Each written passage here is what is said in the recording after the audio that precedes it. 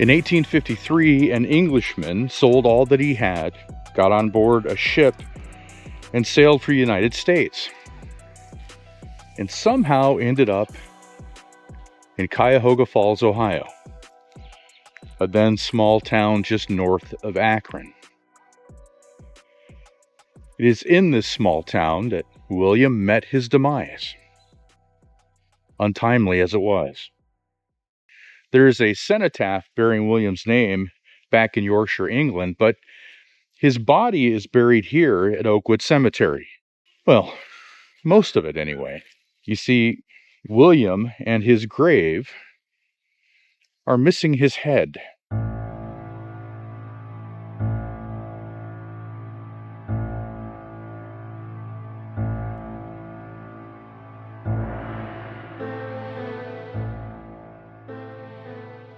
Today we take a look at the life and tragic death of William Beatson, who many residents around the Cuyahoga Falls area call the Headless Ghost of Bailey Road. So if you're curious, let's take a walk through history.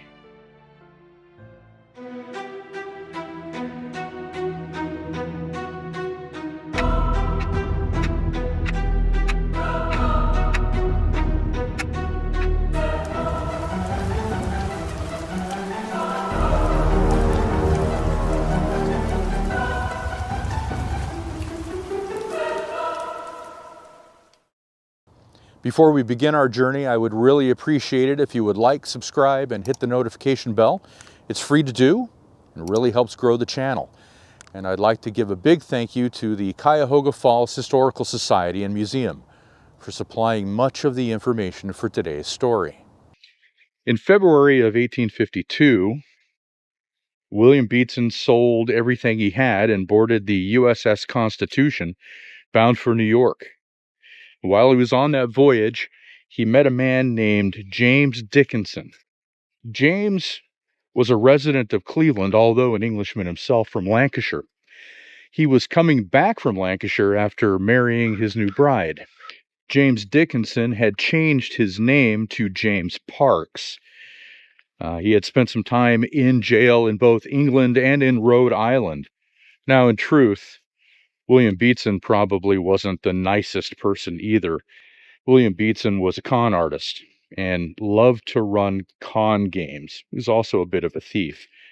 So for him, coming to America was a fresh start with a whole new group of victims to prey upon. After landing in New York, the trio traveled to Buffalo, then parted ways. Beatson staying in Buffalo while Parks and his new wife traveled to Cleveland. A month later, Beatson met up with Parks in Cleveland and was said to have on him an impressive bankroll from his farm sale. It's more likely he had conned some unsuspecting residents in Buffalo and was heading to Pittsburgh when he decided to stop in Cleveland to visit Parks. Beatson and Parks painted the town red with Beatson footing the bill, making show of the large amount of money he was carrying. Beatson was earnestly swilling down brandy and became quite tipsy, while Parks remained relatively sober, nursing modest glasses of beer. Sometime in the mid-afternoon, both men hopped on board a train to head to Pittsburgh. When they made it to Hudson, Ohio, the attendant called out a change of cars, so the men just got off the train and followed the crowd onto another train. But that train wasn't heading to Pittsburgh. It was heading south to Akron. Well, by the time the conductor figured out that the men were on the wrong train, they were already here at Cuyahoga Falls. So they stopped the train and let the men off here at the Cuyahoga Falls train depot. Beatson immediately wanted to walk the train tracks north back to Hudson, but Parks didn't want to have any of that. Instead, he suggested that they take the bridge across the river to the American House Hotel, had a saloon, and sit down and have a few drinks and talk about what their options were.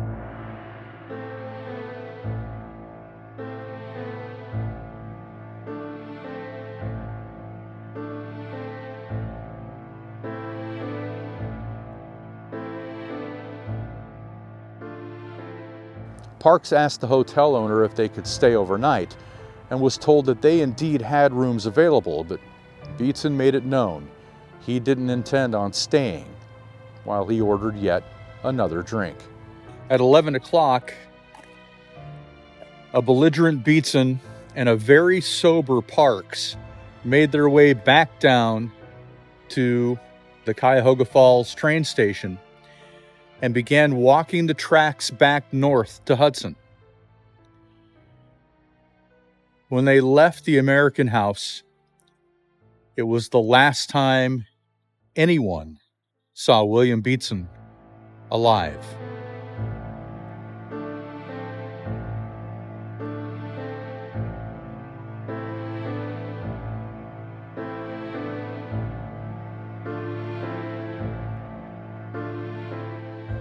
The next morning, Mrs. Eunice Gaylord, who lived on the north side of Bailey Road, noticed large splashes of blood on the abutment of the stone railroad bridge.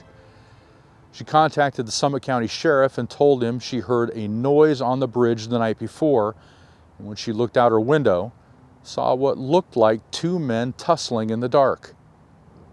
The sheriff's office decided to drag the river, and the headless and naked body of William Beatson came to the surface.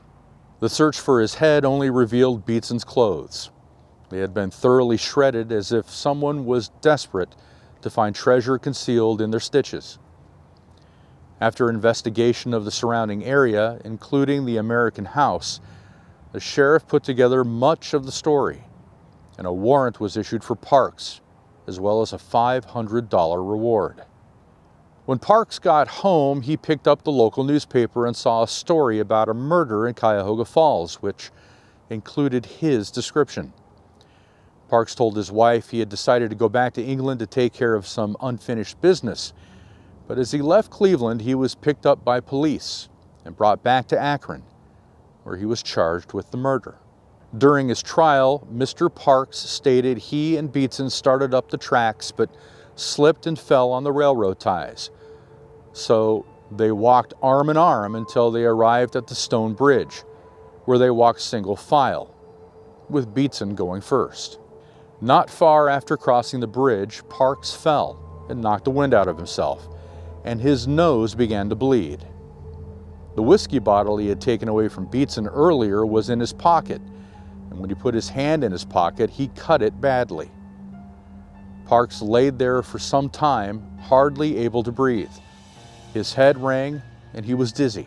When he came to his senses, he called for Beatson, but there was no answer. He started looking for Beatson and spotted him lying over the embankment on his right, under the railroad, where the road crosses Bailey Road Bridge. Parks went down the embankment to feel for a pulse. Finding none, he noticed Beatson's head was smashed. Parks worried about what people might think. His past record was so bad and would certainly work against him. So he threw Beatson's boots into the river and tore off his clothes after going through his pockets. He removed everything, including money and a large gardener's pocket knife. He tore up the clothes and threw them into the river.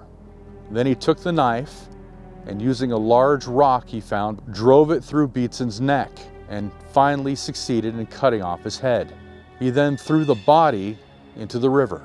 Parks carried Beatson's head to the Ohio and Pennsylvania Canal and threw the head in.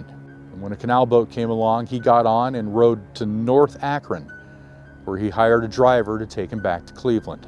Parks' trial was moved from Akron to Cleveland to secure an impartial jury, but evidence against him was too much. On day 14 of the trial, Judge Humphreyville passed judgment. Parks was hung from the gallows at Cleveland Public Square on June 1st, 1855. His last words were, "I die an innocent man." Though exhaustive efforts were made in the search for William Beatson's head, including draining the water from the nearby canal for 9 miles, Beatson's head has never been found. William was only 25 years old when he died, and he is buried here at Oakwood Cemetery in an unmarked grave. And we have the location of his grave because Oakwood Cemetery belongs to a website service that allows you to find burial plots and who's buried in them. So we know that this location that I'm standing at right now is where the body of William Beatson lies.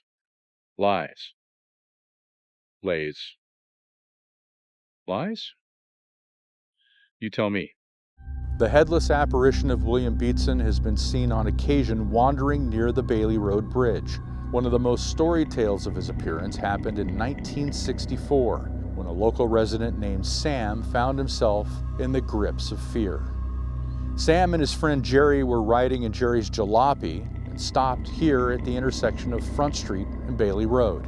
Sam decided that he would walk home from the intersection, so he crossed the street and started across the Doodlebug Bridge. Just as he got onto the bridge, a car stopped on the other side and its headlights illuminated the area. It was then that Sam saw a peculiar-looking man wearing an overcoat and leaning over the rail at the far side of the bridge. It was a warm night, and Sam wondered why anyone in their right mind would be wearing a coat in such weather. Sam quickly forgot all about the coat as he realized that he couldn't see the man's head. In fact, it looked like he didn't have a head at all. Sam only glanced at the man for a moment, then the car moved on, and he couldn't see the figure any longer. Sam stood alone on the bridge in the dark. Sam quickly decided to take another route home, not wanting to venture down the bridge any further and encounter the lone figure. Instead, he would follow the B&O railroad tracks and cut down toward town. As he turned and plodded along the side of the tracks, he heard the Capital Limited heading to Akron. So he scrambled off the rails to avoid getting hit. When the train rounded the bend, the headlight lit up the surrounding landscape. Sam relayed what happened then to a close friend, saying this. Right before me, about 15 feet away in the glow of the lights, and poking with a short stick over the ground, was that coat man. He was facing toward me this time, and brother, he didn't have no head at all. Maybe he was hunting for it for all I know, and I swear I was sober, and I'm sure of what I saw. The train got by. I got back to Bailey, I don't know how, and hightailed it for home. Sam's story is just one of several told of the headless ghost of the Bailey Road Bridge. And even if you don't believe in ghosts, you can't discount the fact that this area is home to more than one gruesome event. After all, we've been here before. This is the same area where the infamous Doodlebug disaster took place, killing 43 passengers. I'll leave a link to that video in the description below. It's almost as if this area is cursed. I mean, what are the chances that such disastrous events could happen in the same place? So if you're ever in Cuyahoga Falls, Ohio, and you find yourself crossing the Bailey Road Bridge at night, keep your wits about you and your head on a swivel, because you never know if you'll come face to face, for lack of a better phrase, with the headless ghost of William Beatson looking for his head. If you're lucky, he won't attempt to relieve you of yours. Thank you for watching. I'll see you next time as we explore more curious history. Take care.